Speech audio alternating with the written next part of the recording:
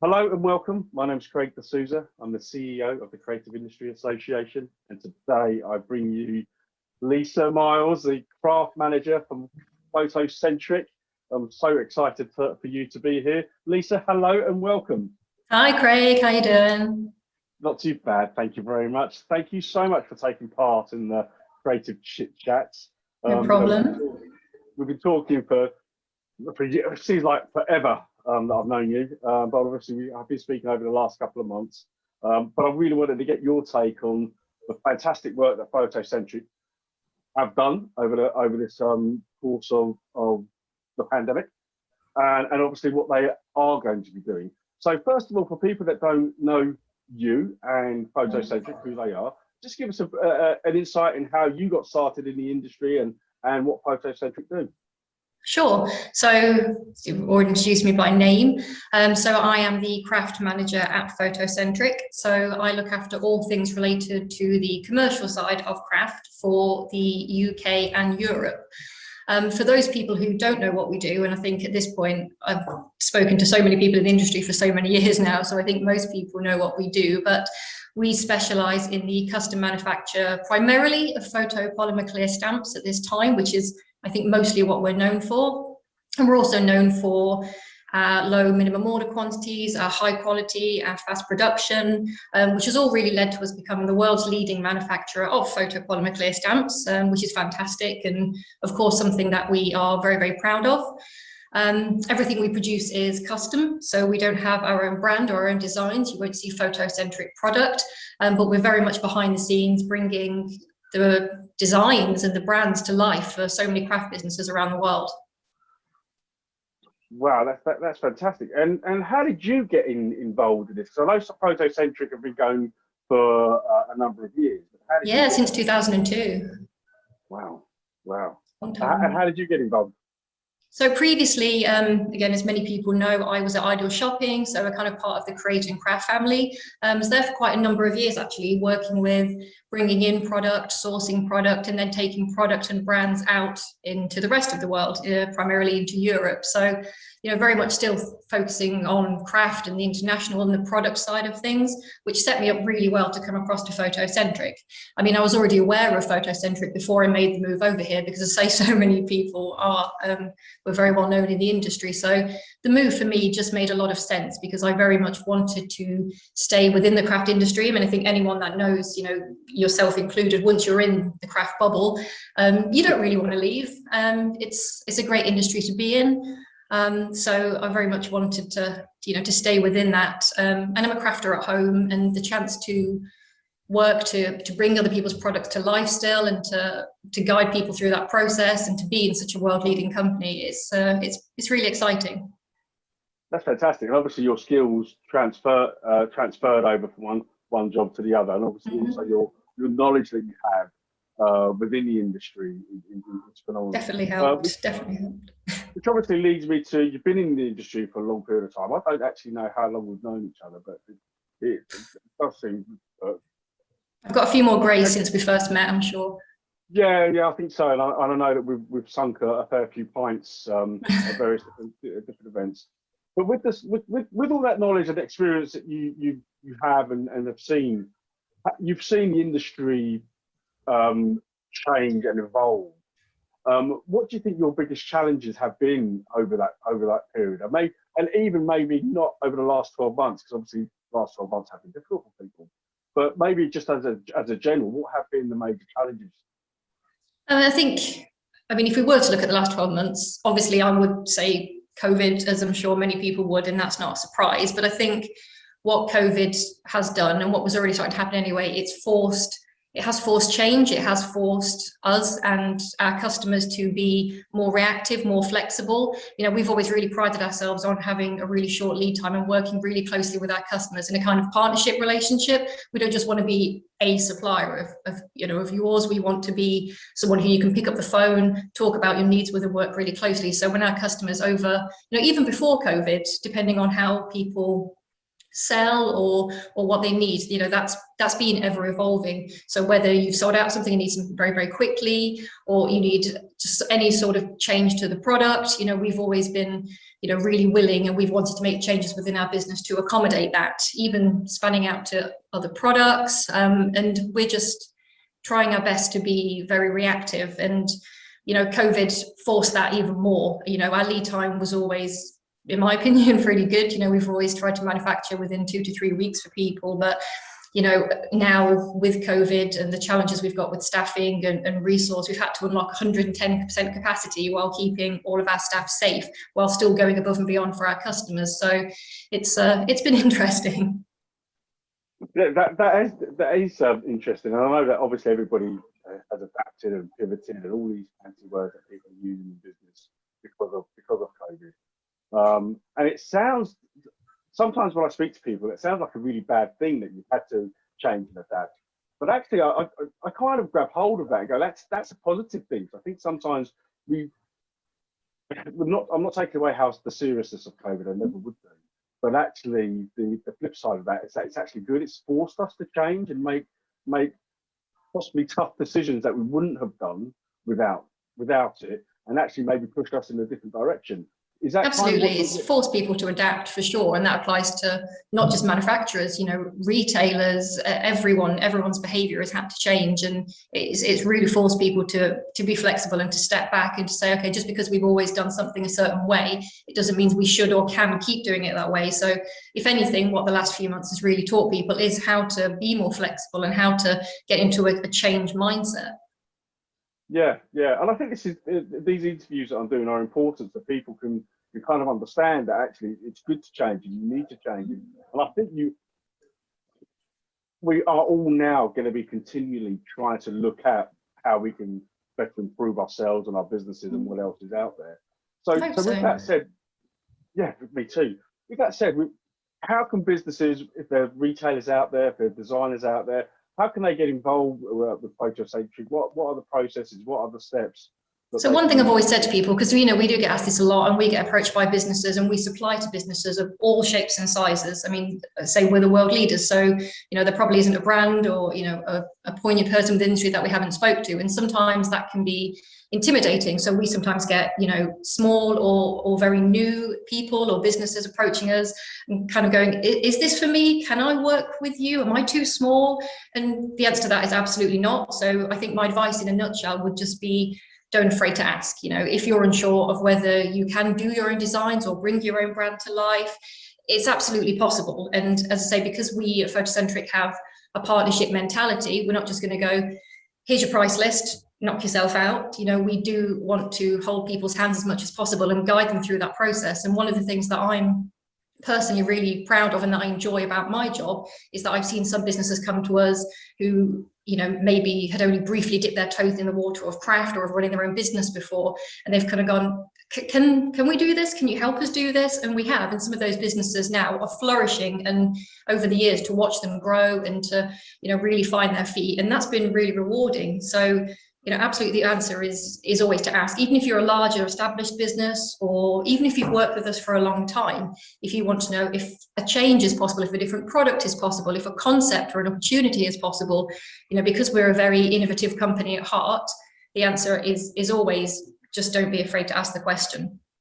Yeah, and again, and for those that are watching, all your contact details are below in the comments or at the end of this video to contact Lisa and just ask. But I think that's really important as well, that to reiterate to people is ask. I mean, the only, and I say this a lot to people, the only real bad thing that people can say to you is no, and it might be no for today and right here, right now, but it might not be no in 3 or 6 months' time. So keep trying. If it is a no, ask why the no is, but always just keep asking, and don't be afraid to ask, because that's the only way that you can find out if it's going to happen or work out. So that's great that you have that, Lisa, and I'm sure people will be contacting you after this video. Do you have any top tips for people that might want to, that might have an idea or kind of thinking, right, I want to ask Lisa, this, but is there any top tips that you could maybe give people, or is it just a case of contact me? I think it depends on what people are looking for and what the products. So obviously started, talking to you today about the photopolymer clear stamps that we offer, and that is generally what we're known for within the industry. But because we've worked with people and people have asked the question and we've had those conversations, we have now started to expand our range into other products. So photopolymer clear stamp is absolutely the heart of what we do, and that's what we've won all our wonderful kind of Queen's Awards for. But actually, we've started to expand into other products, which people may or may not know about. So things like laser cutting capabilities are now very growing and advanced. So we're offering stencils and other laser cut items, and that wouldn't be happening right now if people didn't come to us and ask the question and say, is that possible? I mean, likewise with our 3D printing, which again, people may not know about, because photopolymer is very much at the heart of what we do, and our business has a 2D craft side and a 3D side. And what we're very much expecting in the future is for those worlds here at Photocentric to collide. So if people were really wanting to push the boundaries of what might be possible and wanted a product that was a whole new concept, or they wanted to think or manufacture in a whole new way, that's something people should absolutely come and talk to us about, because it's not just a case of looking at what's possible through the realms of traditional manufacturing. We're a very innovative company, and we like to push the envelope and we like to innovate, and we do have all this 3D technology here. So when I say about people asking the question, I don't just mean in relation to the products that we're already known for. Any idea or anything you go, God, wouldn't it be great if I could just have this, or just design this, or just bring this to life. And as you say, it might be a no right now, but we might go away and look at it. But we're never going to just say, no, sorry, thank you. We always will give a why, and we'll always discuss with people what's possible and try where we can to make things possible, because we do love bringing products and brands to life for our customers. That's fantastic. That's great. And I must admit, we did skip a complete section there of the 3D stuff, because I know that even 5-6 years ago, you guys seem to be on the cutting edge to bring in 3D printing machines, even at trade shows, and showing the capabilities. And that was kind of 5 or 6 years ago. It was the birth of it. They were still very slow, very clunky, and everything else. And now I know, even at the beginning of this pandemic, 3D printing was kind of at the forefront, and Photocentric were at the forefront in terms of producing mass PPE, I believe. Yes. But Photocentric aren't just the renowned for the polymer stamps and clear stamps, but now are really leading 3D printing, aren't you? You guys. Yeah. And when I say COVID forced change, at the start of the pandemic, one of the things we wanted to really do was support in some way. And our 3D printing capabilities were the ideal way that we felt we could help. So we started kind of switching our 3D focus a little bit, and we changed very, very, very quickly to mass manufacture of custom parts. And that all started with face shields, the visors for the NHS. So we actually produced millions of those in a very short space of time. And not only was it great to be able to help support the pandemic, help support the NHS, but that helped kind of propel us, when I say about reacting to change, it forced us to change our direction, but in a really positive way, because not only did we manage to help, we also now have significantly greater 3D printing manufacturing capabilities for mass production of custom parts. And that has unlocked a whole new world for us and for our customers. And I have no doubt that that will unlock a whole new world for some of our craft customers as well. Because when we start talking about things like freedom of geometry, or no tools and no molding costs and smaller runs and that flexibility to play around, 3D printing for me is like a playground, and there's endless possibilities. And I'm really excited to see where the business as a whole will take that. Oh, fantastic. I mean, I think this is exciting. When I was a child, I always used to watch a program called Tomorrow's World, and they always kind of said this is the future of stuff. People will have a machine in their home that can print basic product for them. And I think 5 or 6 years ago, there was another program saying that every home is going to have kind of a printing machine of sorts where you can print product and and stuff. It's the future for sure. And it still sounds really futuristic. You know, for some people, maybe it's intimidating for some people. When you say 3D printing, they might think it sounds, you know, complicated or futuristic but, you know, it's really not, and it is really accessible. And as I say, because we work with our customers really closely, we try to make it accessible and, you know, we try to take some of the unknowns away there. But I think, you know, for the world in 5, 10, 20 years time, 3D printing is going to make so many changes and it will become commonplace throughout the world. And it's great for us as a company to be kind of, as you say, we've been doing this for, you know, quite a few years now. We've been on the cutting edge. So for us to be a part of it and to be growing along with it is really exciting. And that's great that you're at the cutting edge of it. It's fantastic to have. But is that difficult to always keep up with technology? Because technology, especially with the 3D printing, obviously we talked about 5, 6 years ago when we first kind of saw it come in, especially with Photocentric displaying at various trade shows. Technology, to me, changes and evolves very, very quickly. It's almost kind of every day, every week, something new is coming on. Is that difficult to keep on that, or are you developing and growing at the same speed as the new tech comes out? I'd like to say we're developing and growing at the same space, but that's only possible because that mentality is at the heart of us as a company. You know, we've always wanted to do things differently and we've always been about innovation. That's the culture we have here. And, you know, it's even when we talk about the stamps that we make, the reason the stamps are made to a fantastic quality and why they're made quickly and why they've won awards is because from the very start, we were using the photopolymer and making stamps in a completely different way to anybody else. And we still are. So, you know, I hate to use the term disruptive because, you know, it sounds really cliche now, but we do like to do things different. And we're not the kind of company to say, oh, that's how you do things, we'll do it that way too. No, we always want to push the envelope and do things differently. So we've got an amazing team here, some amazingly intelligent people, some brilliant engineers, and we've got a really exciting future coming up in R&D in Peterborough, where we are. We're going to be having some connections with the new local university campus. So innovation and that change is really at the heart of who we are. So I think we're keeping up with it really well. And, you know, in some respects, we are, you know, forging a path first for some of the technologies. So it is really exciting. So kind of everybody to watch this space on Photocentric and kind of what the capability that you can do, because obviously it looks like that you can offer quite a wide range of products and services to not just the larger companies out there, but even the small companies. So. And that's really important to remember because, you know, I think sometimes, as I say, you know, it can be intimidating when we talk about us being world leaders or innovative or 3D printing, but we do genuinely work with businesses of all sizes and we want to.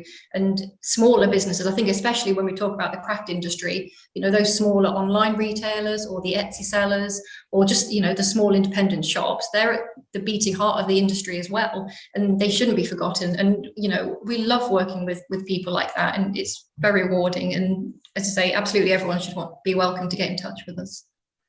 Yeah, I mean, we've had this conversation a number of times on how we can help people in the industry, and I do really love the small acorn kind of people because you can nurture them, and then it's nice just to sit back and watch them grow. And you and I have seen a number of these small acorn people just grow and grow. Absolutely. And that's fantastic. As you said right at the start of this, I think that's why we're in this industry to have a look at those people. So yeah, I mean, this industry, I think, I mean, for me, in my opinion, it's people driven, and that's why we do like to work closely with people and have those relationships. It isn't just here's your product, here you go.